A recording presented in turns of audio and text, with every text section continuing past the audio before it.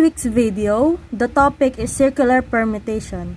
It is the total number of ways in which n distinct objects can be arranged around a fixed circle. The formula that we will use is P is equal to n minus 1 factorial. Maybe you will ask why we subtract 1.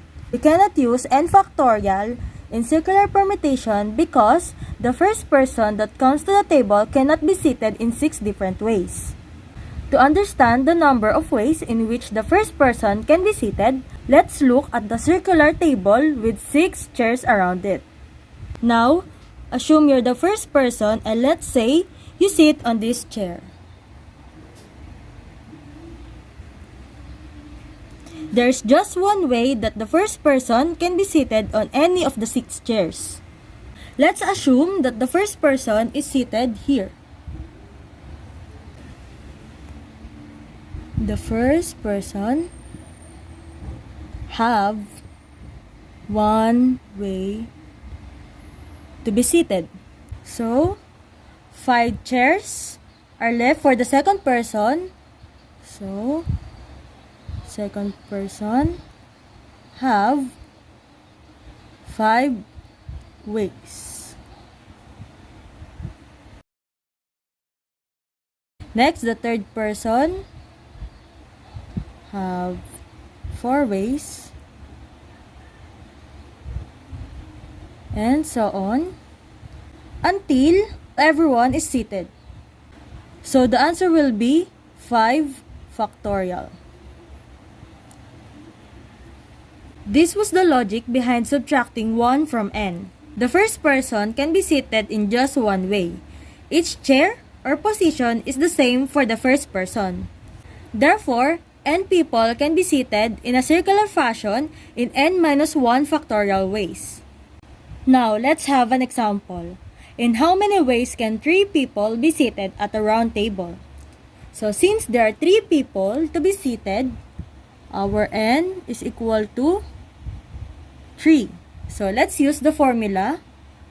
P is equal to, our n is 3, minus 1 factorial.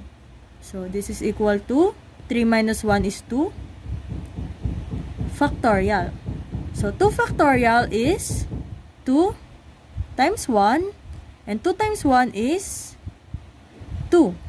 So, therefore, there are 2 ways that 3 people be seated at a round table. Next example, in how many ways can 7 people be seated at a round table? Since there are 7 people, our n is 7.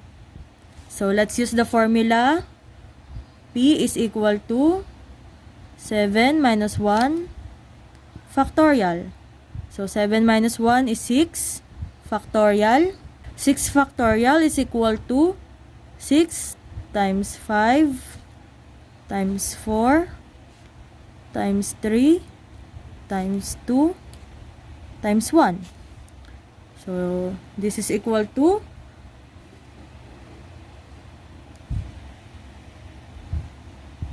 720 ways. Therefore, there are 720 ways that 7 people can be seated at a round table. Please pause this video and solve this problem, then later on, let's check if your answer is correct. Okay, now, let's check if your answer is correct. Find the number of different ways that a family of 6 can be seated around a circular table. Our n is 6.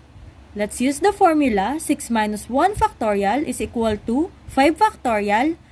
And 5 factorial is equal to 120 ways. I hope that your answer is correct. That's all for this video. If you have any question, don't hesitate to message your subject teachers. Thank you!